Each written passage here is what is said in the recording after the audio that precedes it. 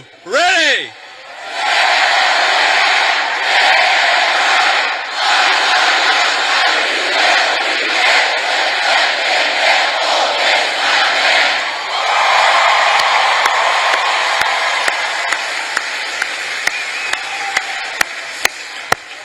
Wow, that was impressive. They told me that would be impressive, and they were exactly right.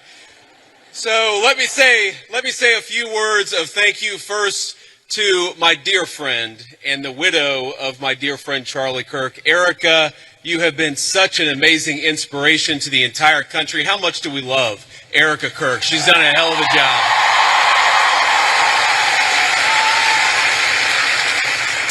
I want to thank, we have a couple of Mississippi senators here. We have both Senator Roger Wicker and Senator Cindy Hyde-Smith. Thank you guys for being here.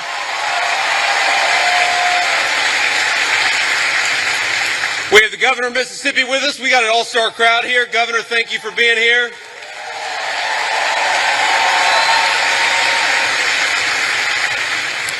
And most importantly, we have got over 10,000 students from across Mississippi. We are proud to have you, and we know that you are the future of Charlie Kirk's legacy. So thank you for being here.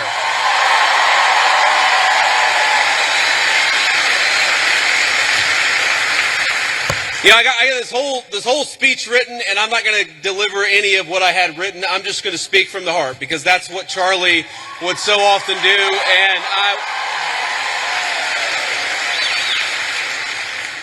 you know, when I think about what we lost 6 weeks ago, it feels like forever ago when I was in a meeting in the West Wing and one of my staff members came in and said that Charlie had been shot. And then I looked at my phone and I saw all the text messages and realized that my dear friend had been very seriously injured. Now, in the West Wing at that time, we actually thought that Charlie had a chance. We didn't know that he was eventually going to pass away. There were initial reports from the medical team that maybe things were going okay. And of course, eventually Charlie took his last breath and went home to be with his Lord and Savior. I remember thinking at that moment, first, of course, about Erica and the children. They've got their oldest, their daughter, is very similar in age to our youngest child.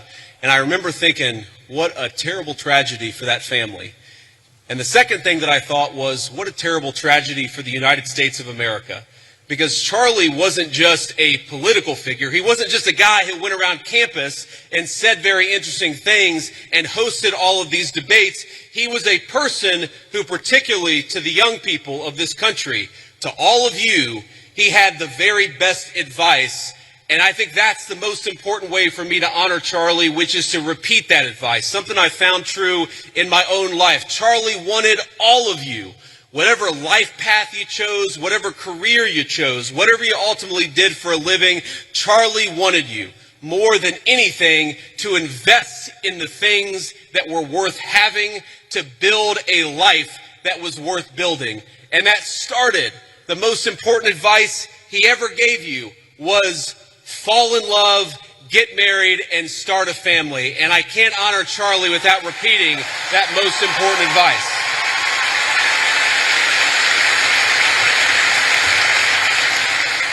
Now, most of you are probably too young to have found the person you're going to spend the rest of your life with. Some of you are lucky enough to have found that person already. But I will tell you, if you're as lucky and blessed as I have been, it hits you like a ton of bricks. And I found that person in my lovely wife, Usha, our second lady, who is here with us today. She's sitting in the audience somewhere. I don't know where. But I love you, honey. And have children. That's something Charlie also always told. I grew up in a generation. I'm 41 years old. I'm a millennial. And if you're being uncharitable, you would call me a geriatric millennial, which I really hate. I really hate being called a geriatric millennial. But here I am at 41 talking to all of you like I've got great wisdom. Here's the thing. The one regret, the only regret that I really have in my entire life, and I've made plenty of mistakes, but the one regret that I have is that, frankly, I wish we had started having kids sooner. Because when you're a young father, you realize what an incredible blessing they are, but they're also very exhausting. And I know here at Ole Miss, we like to party a lot. And I know at Ole Miss, occasionally some of you will have a few drinks on a Friday or Saturday or hopefully not a Tuesday night, but I'm sure that happens from time to time here in SEC country. But here's the thing. When you go out until 3 in the morning and wake up at 6 a.m. for class, the thing that I've learned in my old age is that incredible energy, God actually meant it for another purpose, and that purpose was to help take care of a family. So while you're young, have those babies if you're able to. That's something Charlie said all the time.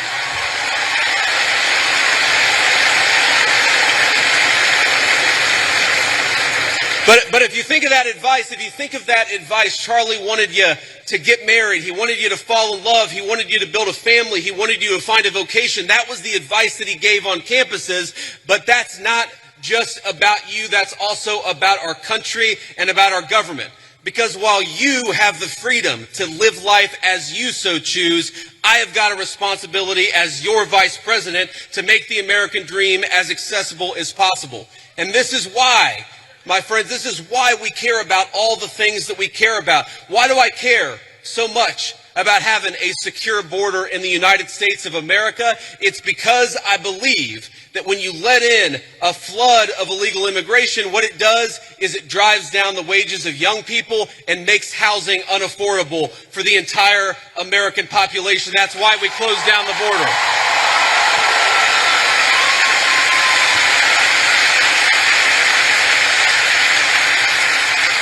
The left will say our immigration policy is about hating immigration, hating immigrants. We don't hate anybody. We love our fellow citizens, and because we want them to have the American dream, we shut that border down the very first day that Donald J. Trump was the President of the United States.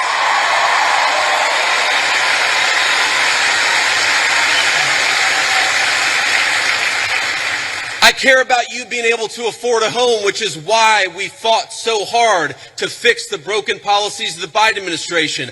I want a lot of you, I'm sure there are military veterans in this room right now. I'm sure there are a lot of people who will join the military in the future, and we're proud of you.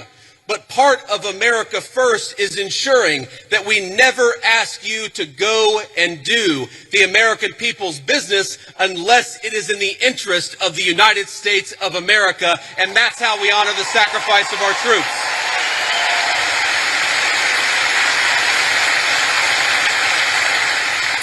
And that's why, my friends, that's why we care so much about free speech, as Charlie lived and died for the basic principle that we ought to be able to talk about our differences, we ought to be able to debate them, and we ought to have faith that the best way to make sure that the best idea wins is to actually just have a discussion.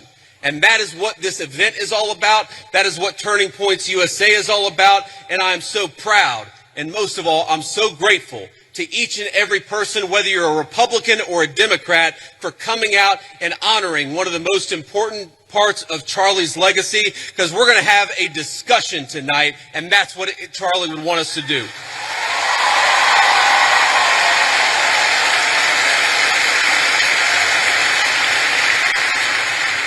Now, I want to get to questions, and I want to leave plenty of time for questions, but I want to make just a couple of final points about Charlie's legacy in politics. The most important thing about Charlie is that he was a great husband and a great father. Erica told me probably 12 hours after Charlie had been pronounced dead, she was just absolutely devastated. She was unable, if you've ever known anybody who's grieving, sometimes they're unable to even hold a single thought for more than a few seconds.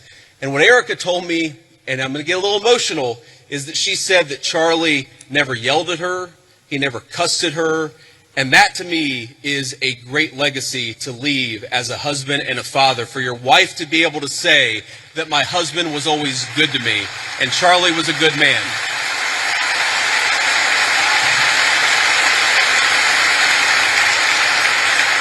But he also had the legacy of believing in political debate, and he was the most effective person in politics that I have ever seen. And by the way, that's not because Charlie always agreed with me and the president's policies.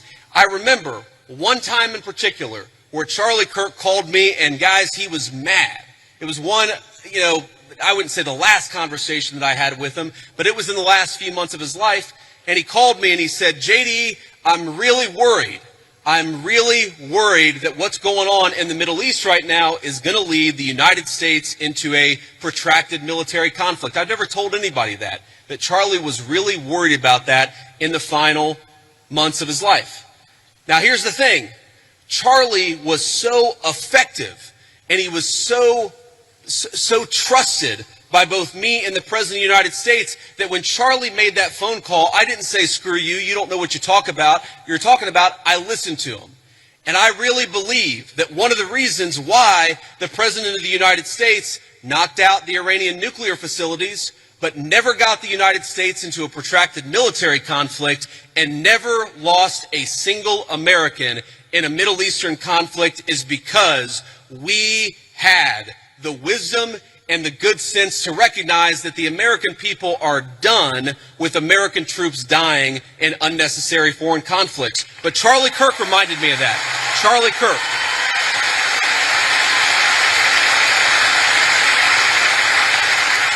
So that was a great moment for our country. It was a great moment for my friendship with Charlie Kirk, because friendship is not just about telling everybody what they want to hear. It's not just about agreeing with everybody all the time. It's about having the trust in another human being that you can tell them they're wrong and actually encourage them to change their mind. Or in that case, not necessarily even tell us that we were wrong, but make sure that we were thinking about all the options. And of course, under the president's leadership, we were doing exactly that. But Charlie was so good at that.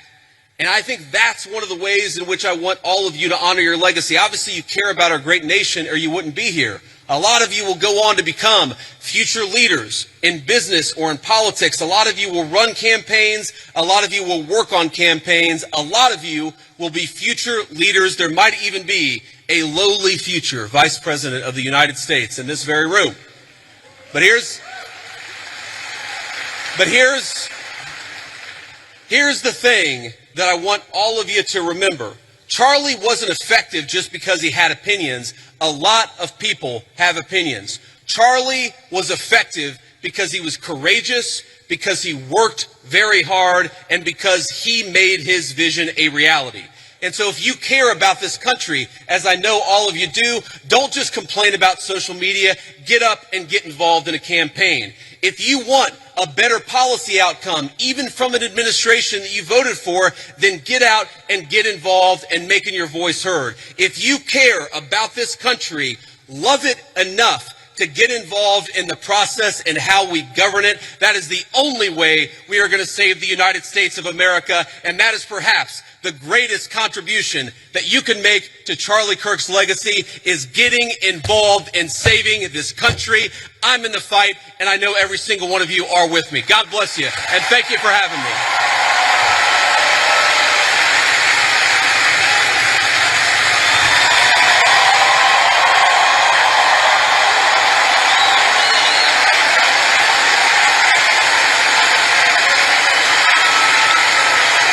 Thank you. But hey, please, I appreciate that, but we're not even halfway done.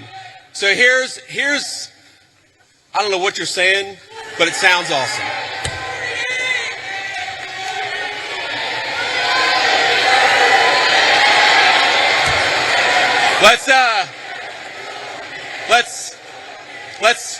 Let's not get ahead of ourselves, ladies and gentlemen. What we're going to do next is actually take some questions. And I remember one of my favorite things about Charlie, not that there aren't going to be some questioners who agree with me, but if you disagree with me, I would ask that you come to the front of the line, because we want to talk to people we agree with. We also want to hear from people we disagree with. It is hard for me to see because the spotlights are very bright, but whoever's in line, go ahead and ask your question. Oh, there we go. Okay, now I can see you. How you doing? Hi, Mr. Vice President. Thank you so much for being here. My name's Lucy. And I'm Ellie, and we're with the Turning Point chapter for this question. Thank you, guys. Can you tell us how your faith helps you in your role as Vice President? Well, I appreciate that. That is a very good question. And this is another way in which Charlie has affected my life. I would say that I grew up, again, in a generation where even if people had very deep personal faith, they didn't talk about their faith a whole lot. And I grew up in a country where you just didn't hear political leaders talk about their faith. But the reason why I try to be the best husband I can be, the best father I can be, the reason why I care so much about all the issues that we're going to talk about is because I believe that I've been placed in this position for a brief period of time to do the most amount of good for God and for the country that I love so much. And that's the most important way that my faith influences me, is we all get a limited opportunity to make a difference. And if you believe as we believe, you believe that God, you believe that Jesus Christ has a plan. And sometimes we don't understand that plan. By the way, one way I don't understand that plan is why my friend lost his life 6 weeks ago. Sometimes I get pissed off about that. But what I remind myself is that there is a deeper rhythm, that Jesus Christ is the author of the fate of human history, and we are charged to do everything that we can to effectuate that vision, to make our country a more virtuous place, a more prosperous place where people can raise a family and not be persecuted for their faith, but teach their children their faith. That recognition that all of us have a duty. And I have two very important duties as Vice President of the United States, to the American people and to God, and that's the most important influence my faith has on me. Thank you.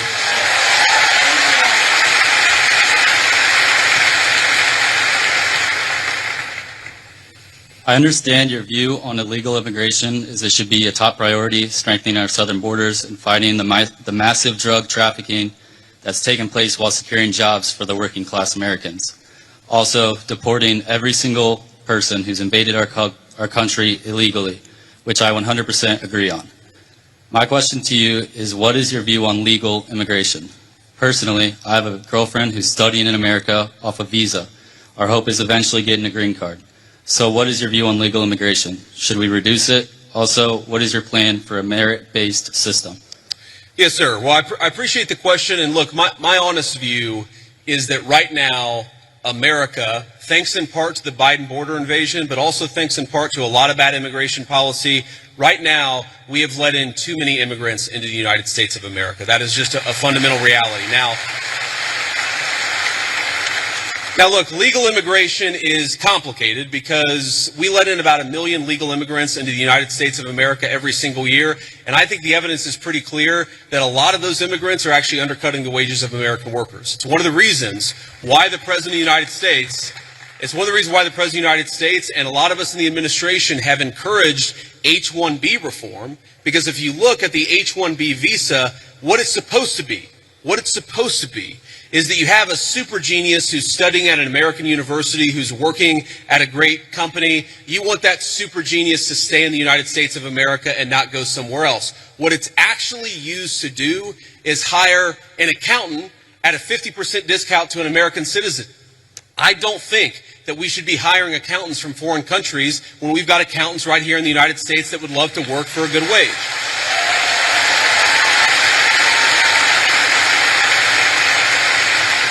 Now, you asked about, I think, your girlfriend, you said, and I obviously don't know the full details about your situation, but my view is, look, there are people who want to come to the United States of America, and some of them, I'm sure, can enrich the United States of America by coming here, but we have got to get our overall numbers way, way down.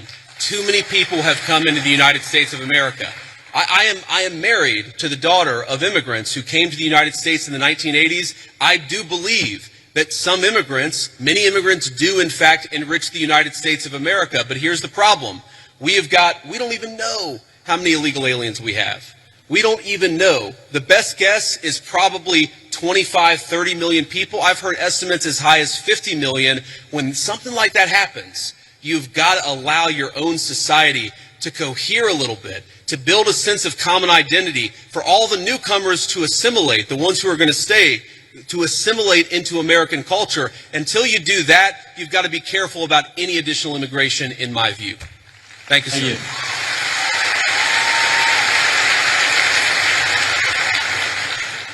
Hello, I have a question about Israel and Trump's policy towards it.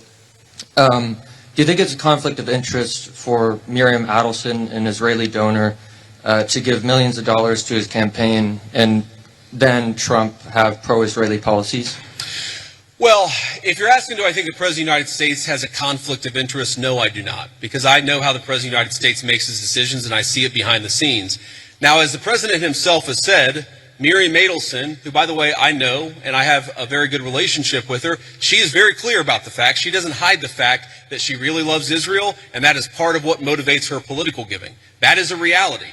At the same time, the President of the United States is America first through and through. And let me give you just a couple of examples of this. Number one, we have heard from some pro-Israel voices, some people who really love the state of Israel, that they don't want us to have a relationship with certain Middle Eastern countries. Well, the president, his attitude is, we need to build relationships with any country where we have shared interests, and he's going to do it if it's in the interest of the American people, and he's done exactly that.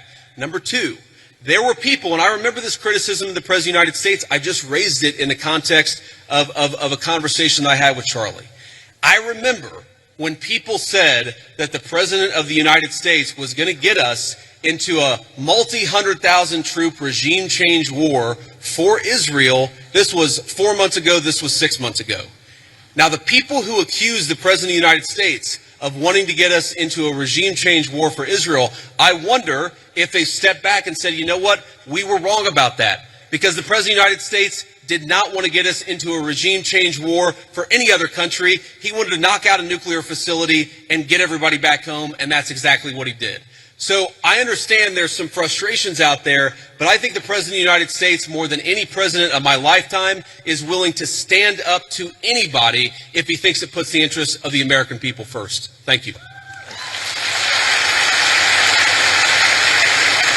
Hello, Vice President Vance. How you doing? Good. I have a question. Do you condone large private corporations such as Palantir hoarding data caches on U.S. citizens? No, I don't condone it. And here's the thing. So I get asked about Palantir a lot because there's this internet meme out there that somehow I am super in bed with Palantir. And here's the thing that I'd say about this. Palantir is a private company.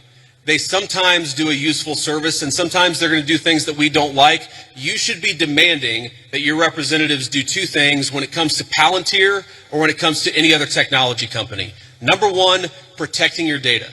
What's going on with artificial intelligence is going to mean that there are massive inducements to steal your data, to harvest it, and to use it against you to sell digital advertisements. That is not what I believe in, and I've been fighting against it, whether it's Palantir or any other technology company, literally before I ran for office. When I ran for office, I was criticized by Republicans in my Republican Senate primary because I was talking then about Google and Facebook harvesting our data. It's unacceptable. I don't care who does it. I don't want them to do it.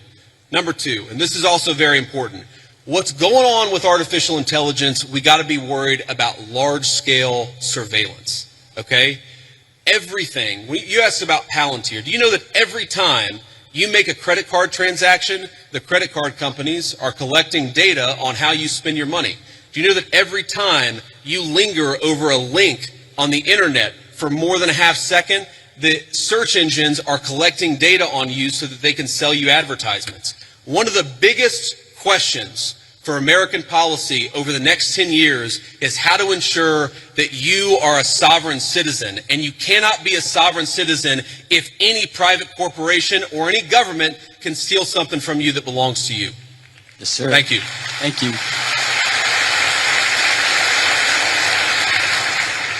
Vice President JD Vance, good evening.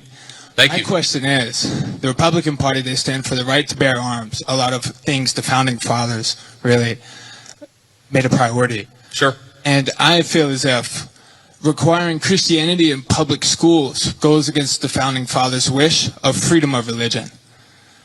What do you think about that? Well, I guess, who is saying that we require Christianity in public schools? Just from what I've seen on the media and the news, it seems like the Trump administration had wanted to make praying in schools and Christian values incorporated.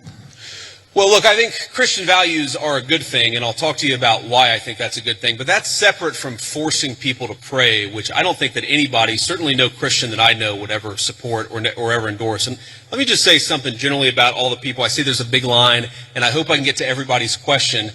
I remember when I was a sophomore in high school, I went to an event at my church, which was a book signing with Oliver North and Sean Hannity, the Fox News host. And this was back before, this was, I guess, 25 years ago. And so neither of these guys was maybe as big as they are today.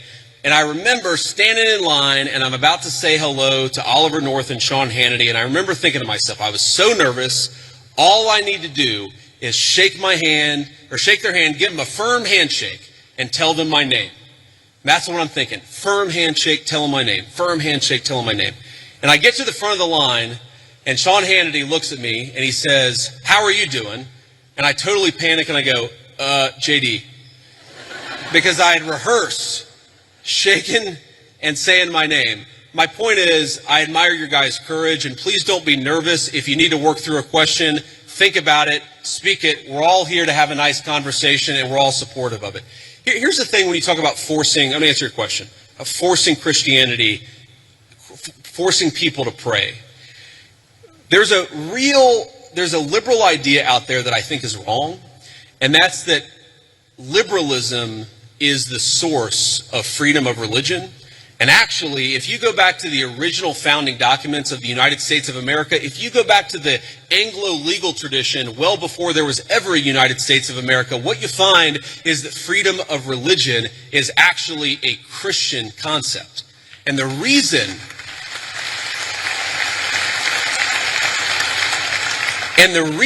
it's a Christian concept is very simple. Because Christianity, Imago Dei, the idea that we are all made in the image of our Creator, means that we must respect the free will of every single person. Now, part of that is you have a conversation with people. Having free will doesn't mean that you're not allowed to encourage somebody, that you're not allowed to talk to somebody about your faith, that you're not allowed to talk about certain values in school. When our founders talked about freedom of religion, they didn't mean you weren't allowed to say a Christian prayer in a public school or that you weren't allowed to talk about Jesus Christ in a public forum. They just meant that nobody could force you to profess the Christian faith. That had to come from your own free will. And I believe that, and I think every Christian who I've ever spoken to believes that the source is the Christian, the source of your faith. The Christian understanding must be your own free will. But here's the thing about Christian values. There are a lot of Christian values out there that I think that we've just sort of assumed and we've in fact taken for granted. Christian values are the idea that you should respect every single person as an individual. Whatever the color of their skin, created in the image of God, that's a Christian concept. And in fact, it was a Christian empire, Great Britain, that abolished slavery to begin with. The idea that we should eliminate child sacrifice. What did the Christian settlers find when they came to the New World? They found a lot of civilizations that were murdering babies in weird religious rituals. It was Christianity that said we don't kill children just because they're somehow inconvenient to people. A lot of the things, human rights, the very idea that human beings have rights, are a Christian concept. And so I'd ask you, my assumption based on the question is that you're skeptical of Christianity, or at least of certain public professions of Christianity. One of my favorite Bible verses is, "By your fruits ye shall know them." And I think that the fruits of the Christian faith are the most moral, the most just, and the most prosperous civilization in history. I make no apologies for believing that Christianity is the pathway to God. I make no apologies for thinking that Christian values are an important foundation of this country, but I'm not going to force you to believe in anything, because that's not what God wants, and that's not what I want either. So, Go ahead. with the school system, do you agree that there should be Christian implementation, or do you think that school system should be neutral and be focused on science, literature, reading, writing, arithmetic? Well, I reject the idea that anything is purely neutral. Okay, there are, for example, let's take a basic scientific fact, and this is a little spicy. I'm not trying to make this too controversial, but take the basic scientific fact of, can you take a pill to change your biological gender? Okay, now that's something that 15 years ago, quite literally, every single scientist in the Western world would have said, absolutely not, that's crazy, and now people will. I think the premise of your question, I don't totally share it, because I don't think perfect neutrality is possible. What is it? You talk about history. Was Christopher Columbus a great explorer, or was he a guy who committed genocide against the native populations? These debates, I'm happy to have them, but I reject the idea that there are truly neutral debates. Anybody who's telling you their view is neutral likely has an agenda to sell you, and I'm at least honest about the fact that I think the Christian foundation of this country is a good thing. Next. Okay, thank you. And for the pill you're talking about, what do you mean specifically? Are you talking about testosterone, estrogen? Yeah, I'm talking about hormone replacement therapy. That's what I'm talking about. Just to be respectful, let's keep it going. Yes, thank you. Have a good night. You too. Hello, Mr. Vice President. Thank you so much for giving this opportunity to talk here today. I did not agree with many of the things that you said right ahead of this, but I don't think that's my point to discuss here. What I want to ask is, you are married to a woman who is not Christian. In her Wikipedia, I mean, I just looked it up. I don't even know what her faith was. I didn't know this before. But she still calls herself Hindu. You are raising three kids in cultural, racial, religious household. How are you maintaining, or how are you teaching your kids not to keep your religion ahead of their mother's religion? Or how are you teaching them that your kind, they're that kind who got here just few years or few decades ago is different or is better than your mom's kind who got here just a generation before? How are you balancing that? And when you talk about too many immigrants here, when did you guys decide that number? Why did you sell us a dream? You made us spend our youth, our wealth in this country and gave us a dream. You don't owe us anything. We have worked hard for it. Then how can you as a vice president stand there and say that we have too many of them now and we are going to take them out to people who are here rightfully so by paying the money that you guys asked us? You gave us the path, and now how can you stop it and tell us we don't belong here anymore? And one more thing, I'm sorry, one more thing. Sure. Do you have to There's be... a lot there. I don't know if I'm going to remember all this, but I will try. I'm sorry. I had to say all of this, and please take it with due... I mean, I'm saying all of this with due respect. Go ahead. Please. I have no intention of causing a scene here or anything, but... We're not close to causing a scene, don't worry. But we talked about Christianity, all of this. I'm not even Christian, and I'm here standing to show support. Why are we making Christianity one of the major things that you have to have in common to be one of you guys, to show that I love America just as much as you do? Why is that still a question? Why do I have to be a Christian? Okay, so there was a lot there, and I'm going to try to respond to as much of it as I can. So on the question of immigration, so first of all, I can believe that we should have lower immigration levels, but if the United States passed a law and made a promise to somebody, the United States, of course, has to honor that promise. Nobody's talking about that. I'm talking about people who came in violation of the laws of the United States of America, and I'm talking about in the future reducing the number of people. Sorry, what? May I continue on that? Because when you just said you are not stopping with the people who came here legally, right? But you are pushing out policies that hurt us. And these policies are not even solving the problems. These policies are just creating chaos. No, ma'am. Okay, so again, I'm gonna finish answering the question, and then if I've answered all 9 of your questions in less than 15 minutes, then we can keep on going. We got to have a little fun, right? So here's the thing. I can believe that the United States should lower its levels of immigration in the future, while also respecting that there are people who have come here through lawful immigration pathways that have contributed to the country. But just because one person or 10 people or 100 people came in legally and contributed to the United States of America, does that mean that we're thereby committed to let in 1 million or 10 million or 100 million people a year in the future? No, that's not right.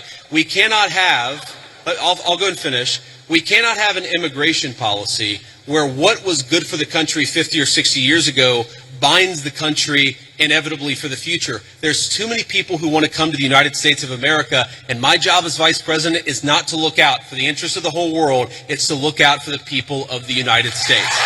Now,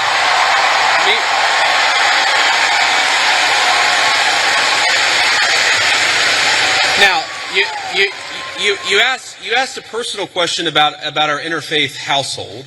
And yes, my wife did not grow up Christian. I think it's fair to say that she grew up in a Hindu family, but not in a particularly religious family in either direction. In fact, when I met my wife, we were both, I would consider myself an agnostic or an atheist, and that's what I think she would have considered herself as well. You know, everybody has to come to their own arrangement here. The way that we've come to our arrangement is she's my best friend. We talk to each other about this stuff. So we decided to raise our kids Christian. Our two oldest kids who go to school, they go to a Christian school. Our 8-year-old did his first communion about a year ago. That's the way that we have come to our arrangement. But, thank you. My 8-year-old was also very proud of his first communion. Thank you, guys. I'll tell him that Old Miss wishes him the best. But I think everybody has to have this own conversation when you're in a marriage. I mean, it's true for friends of mine who are in Protestant and Catholic marriages, friends of mine who are in, atheist and Christian marriages.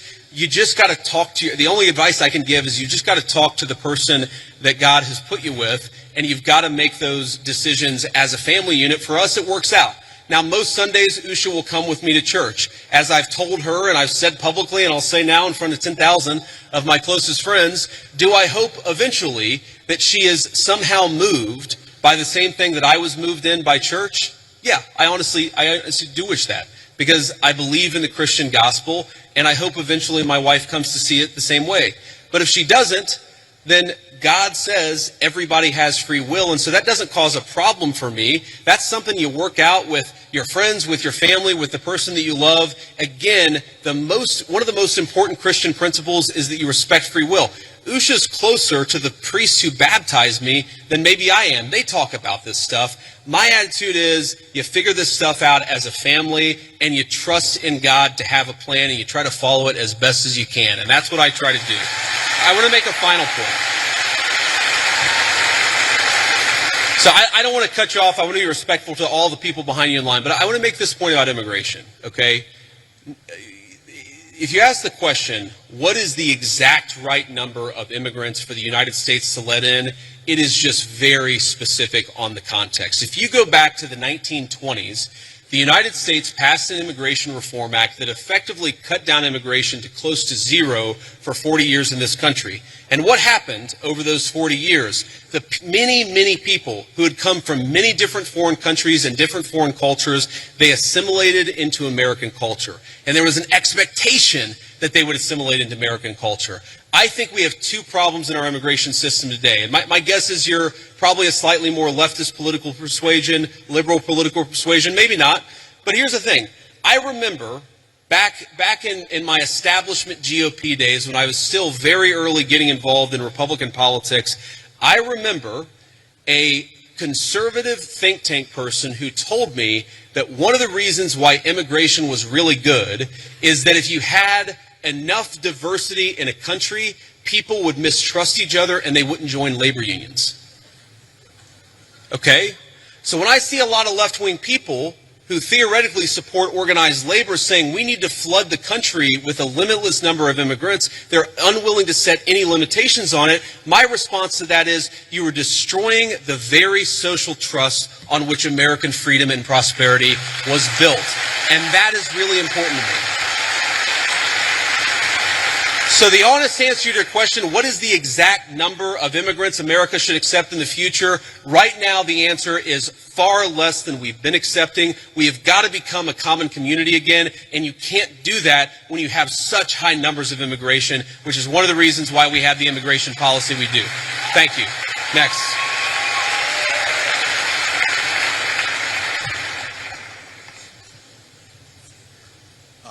Good evening, Vice President Vance. I just want to say it's an honor to actually be able to talk to you. It's an honor to be here. Thank you. Thank you. One of my biggest questions is, I feel like one of the biggest problems that America is facing today is that ever-growing social political divide, and we're seeing this on the Republican and Democratic side, but we've seen that a refusal to cooperate with the other side has led to some major issues, including right now the government shutdown, and I wonder, as the party in power, what are your plans to address that issue towards reaching that olive branch out to the other side to actually come to an agreement on how to go forward with our government?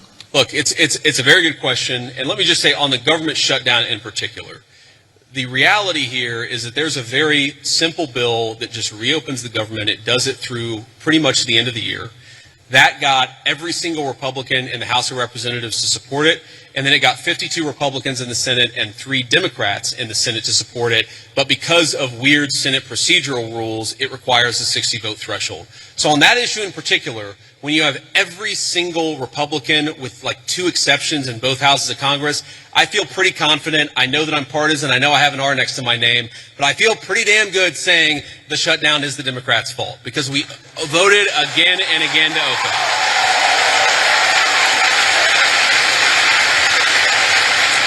Now, but there's a broader question there, and I think most Americans, whatever their political persuasion, would actually like the country's political parties to work together better to solve the problems. And look, and I agree with that. And my approach when I was in the United States Senate was to try to find some issues where we could agree with the other side on and try to work with them on it.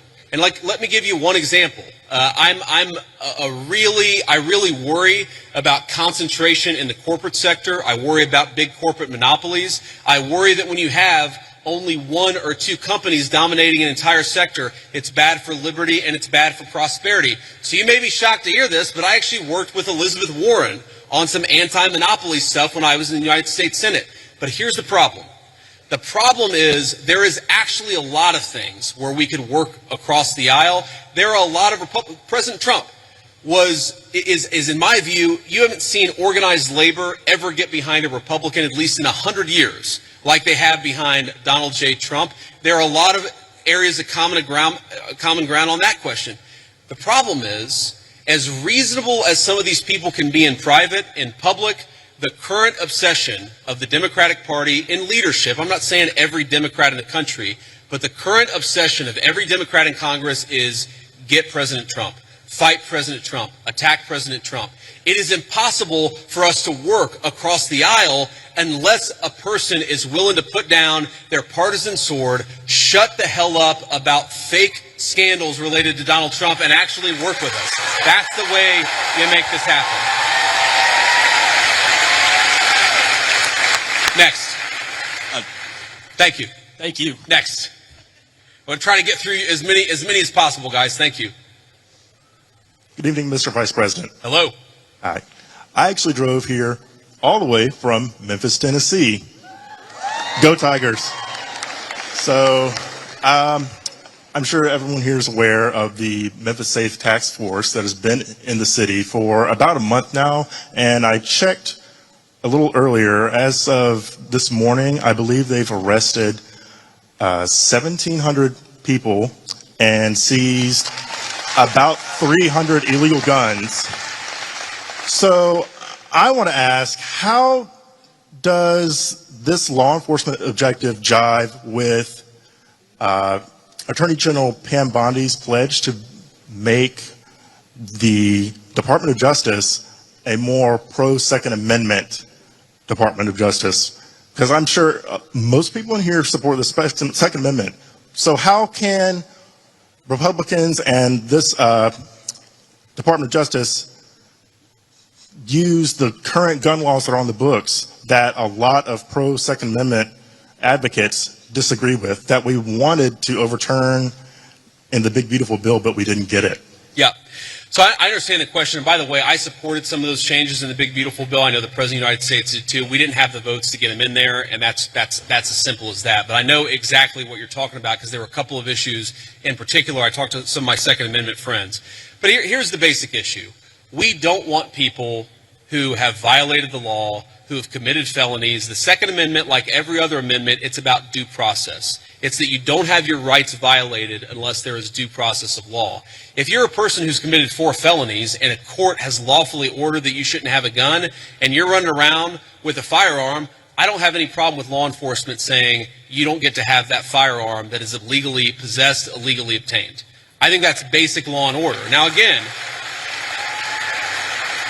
if you had somebody come in and say, well, we don't think that person should have a firearm, but they haven't violated any law, that's a totally separate question. That's not what we're focused on. What we're focused on is violent crime and people who have violated, the bodily autonomy of another human people. A person who has committed an act of violence against one of their fellow citizens, we're going to clean up the streets, get those people off the streets, and make America safe for the American citizens again. That is our entire law and order policy, and I think we're doing a pretty good job at it. Thank you.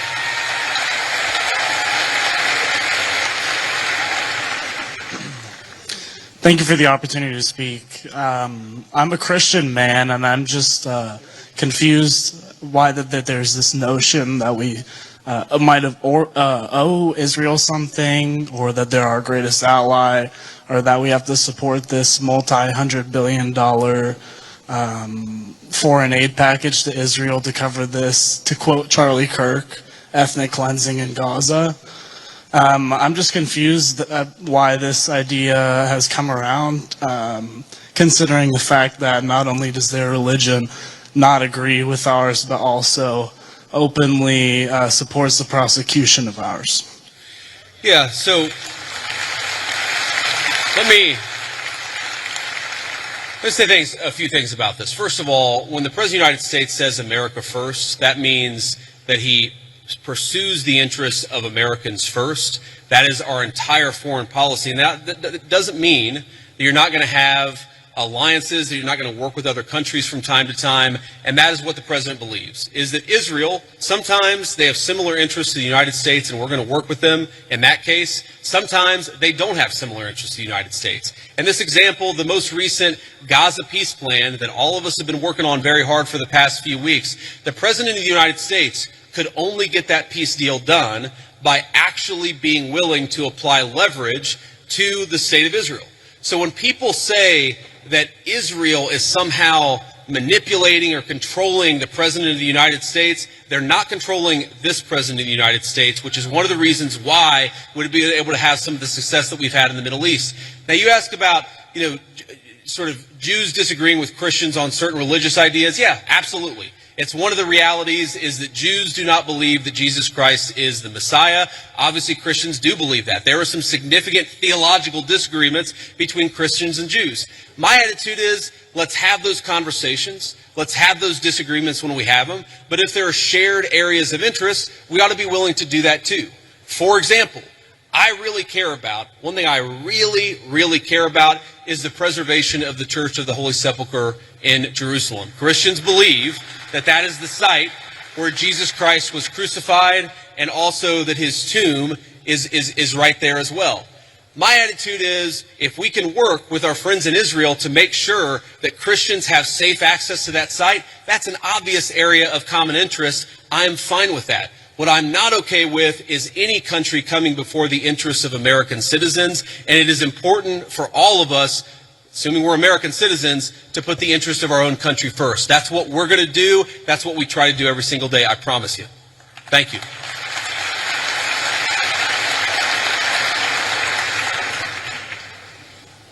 Hi, Mr. Vice President. I'm the president of our pro-life organization here at Ole Miss, Rebels for Life.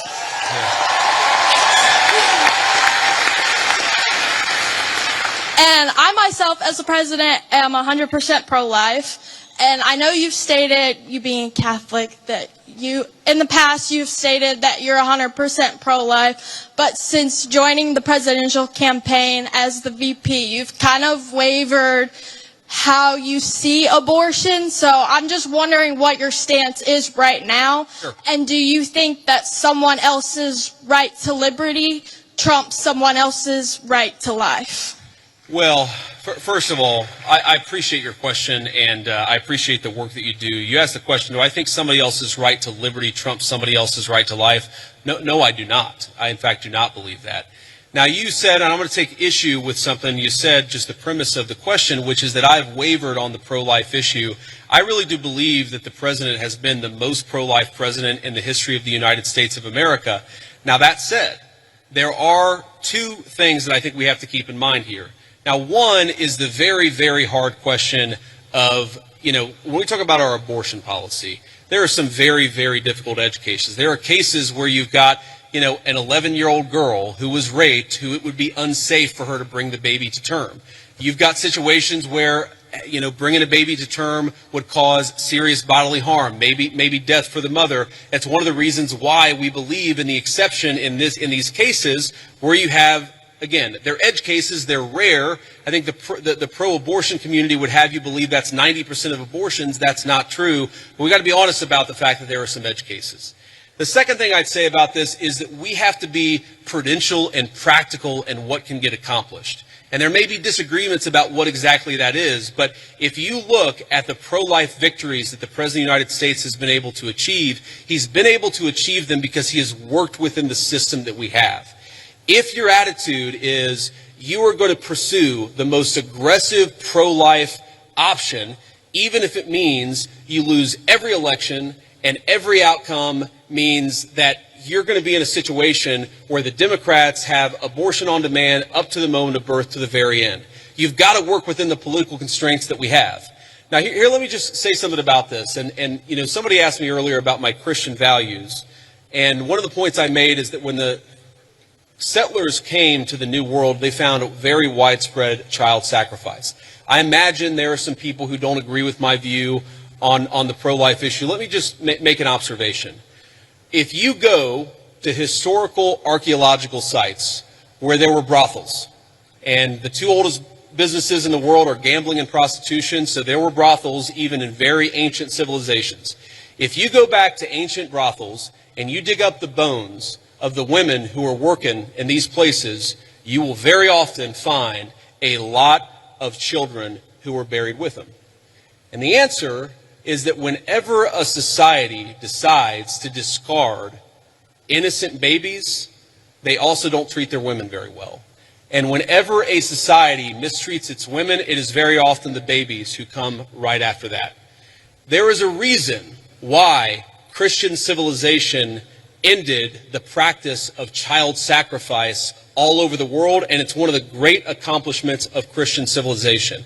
I believe that we should try to be protecting every unborn life. There's a question of exactly how we do it, but I would never say that anyone's right to life should be sacrificed. Thank you, ma'am.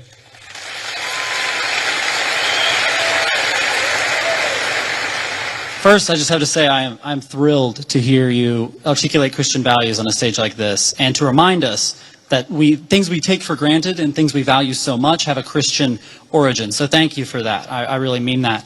However, so much of liberalism, by the way, so much of the far left is a sort of, if you really pay attention to it, it's a kind of perverted version of Christianity. Like, there's nothing wrong, of course, with focusing on people who are disenfranchised, for example. That's the focus of liberalism. But if you completely separate it from any religious duty, any civic virtue, then that can actually become, for example, an inducement to lawlessness. You can't just have compassion for the criminal, you also have to have justice too, which is why I think that a properly rooted Christian moral order is such an important part of the future of our country. But sorry, I interrupted you, go ahead. No, amen, absolutely.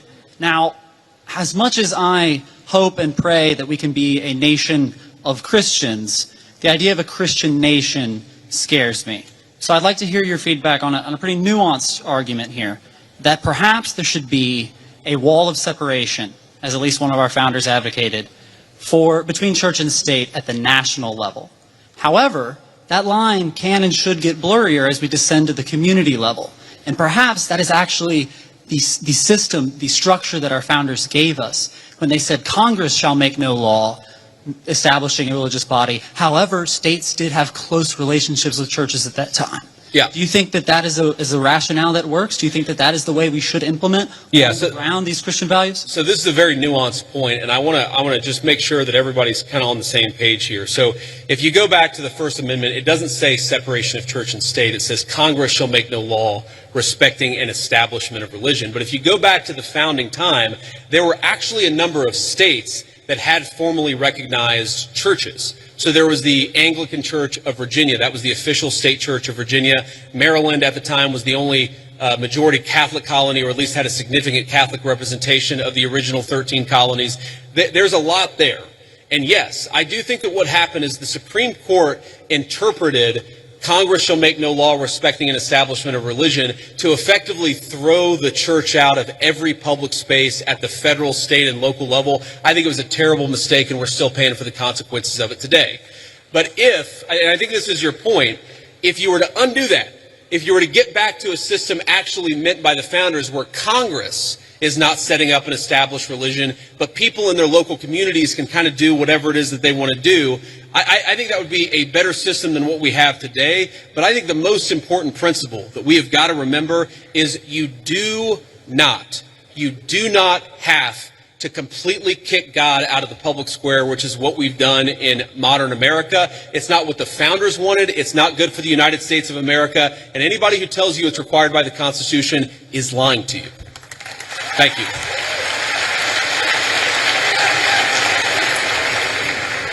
Hello, JD. How you doing today, man? Good. How you doing? In the wise words of Ricky Bobby, I don't know what to do with my hands. Don't feel bad. Neither do I half the time, man. Okay. First off, yeah, laugh it up. Okay, first off, I just want to say I'm a huge supporter of the Trump administration. I was 3 months too late to vote for you guys, but if I could have, I would have. So I'm a huge supporter of you guys before I make my argument. But there is something you guys are doing that is kind of disturbing me a little bit. Okay, go ahead. Thank you. You guys have sent the military into Washington, D.C. and a few other cities that I can't think of off the top of my head. But first off, they've had wonderful results. Like no one can deny the results of that. It's wonderful. Some might even say the greatest. I'm a comedian. I like this guy. Who is this guy? Thank you, JD. I like you too. Now he's gonna ask the question about all the shit that we did wrong, but that's okay. Go ahead and ask your question. But yeah, I'm just wondering, well, it's not necessarily something you did wrong, but it's what could someone else do wrong? Let's say we get a complete tyrant in office, and let's say Turning Point USA is having a huge protest against, something really bad that we don't like, and let's say he's, a president is saying that it's getting violent. How can we, I'm trying to think, my mind's kind of blank. What is the difference between what you're doing and how could we prevent someone from abusing that power? Yeah, so look, I understand where the question is coming from, and I think it's a fair question. And it's going to sound like I'm being sarcastic, and it really is not meant in any offense. But when you talk about what could another administration do, to take a wild, hypothetical example totally off the top of my head, what if Joe Biden sent the Federal Bureau of Investigation to start arresting his political opponents? Okay? So here's something that I want every conservative to remember. It's an important part of my entire political philosophy is we cannot be afraid to do something because the left might do it in the future. The left is already going to do it regardless of whether we do it. That is the takeaway of the last 40 years. And in particular, if you look at what we're doing, if Joe Biden wanted to deploy the National Guard to a red state in a place where the murder rate was twice what it is in third world countries to actually go after murderers, that would be a great use of the National Guard. Unfortunately, I don't think Joe Biden would use it like that. What I'm worried about, frankly, is what the far left already did with American law enforcement, and that is the thing that we have to prevent against. And the answer to that question is you make sure the people who did it face penalties for using the federal power against American citizens. And by the way, That's exactly what we're trying to do. Thank you. Thank you, JD. Honor to meet you, man. Good to meet you too, man.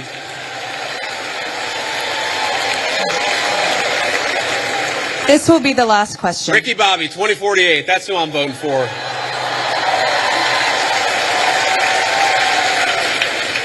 This is the last. Oh, wow. We've been here over an hour. That's amazing. Okay, I'm sorry. Those of you who didn't get to answer a question, I tried to be as quick as I could. Go ahead. Mr. Vice President, I'm humbled and honored to be here. Recently, President Trump endorsed a candidate to run against Republican Representative Thomas Massie, who is opposed and criticized some of the Trump administration's aims. How would you address those who fear that principled disagreement or independent thinking is discouraged within the party because of how it can be framed as a betrayal instead of as internal accountability or an opportunity for debate and negotiation? So it's a very good question. And let me say this one is hard for me. And the reason it's hard for me is because Thomas Massie and I, he's one of the first people that ever reached out to me about my book or about political office. I've known Thomas Massie well before I ever got involved in politics. Thomas's wife died well, maybe it was a year and a half ago, 2 years ago. It was a little while ago. She died very unexpectedly, was a very sweet and kind woman. And I was probably one of the first people that called Thomas to offer my condolences. I think the problem with Thomas, and I've told him this in private, and now I guess I'll say it in public, is it's one thing to disagree with the party on a particular issue. It's one thing to to have your independent stand on a number of questions. And by the way, some of the stuff where Thomas Massie has been independent against the Republican Party, I've agreed with him with. Thomas and I worked together during 2023 where I was trying to stop the limitless flow of American money to Ukraine, and Thomas was one of the people I was working closest with it. But that's one thing. Being independent, having your own opinions is one thing. Voting against the party on every single issue, you're eventually going to make too many enemies. And that is the problem that Thomas has had. It's not one issue. It's not 3 or 4 issues. It's that every time that we've needed Thomas for a vote, he has been completely unwilling to provide it. That is why the President of the United States has trained his ire on Thomas Massie. It's because we can never count on him for some of the most difficult votes. I wish that that weren't the case. I say that as somebody who's known Thomas well before I got into politics, but politics is politics, and when you always vote against the party, you can't expect the party to actually back you. That's the reality. So, let me say just a couple of final things before I hit the road here. And one, it has been such an amazing honor to be with all of you this evening. I want to say 2 things.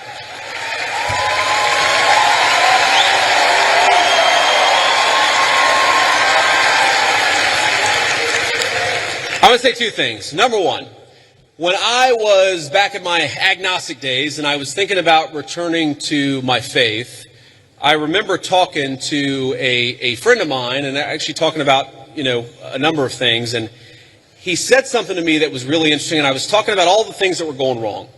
I was looking to the future. I was talking about everything that was broken in the world. And I said to him, things are just really, really dark. And he stopped me in my tracks. He said, JD, you're right.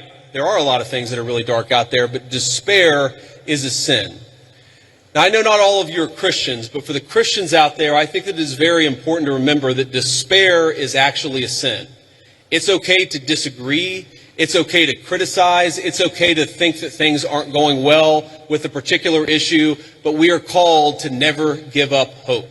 But I think one of the critical lessons of Charlie Kirk's life to his dying breath, this was a man who never lost hope in his Creator and never lost hope in the United States of America. So let's remember that and carry that forward as a way to remember.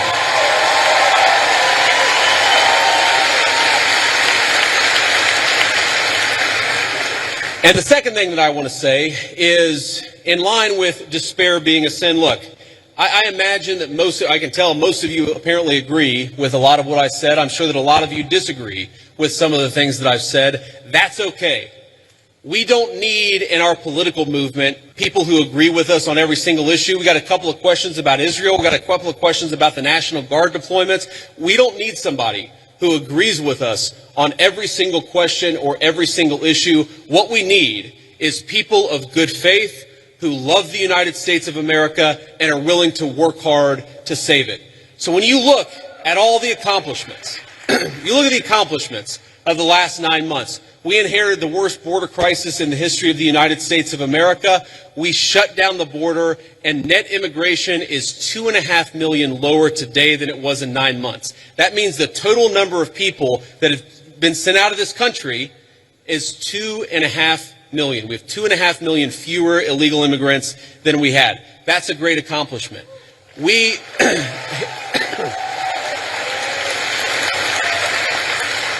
inherited a terrible affordability crisis from Joe Biden, and I'm not going to tell you everything's perfect because it was a real bad situation that we inherited, but inflation is consistently below economists' expectations, and we're chipping away at it every single day.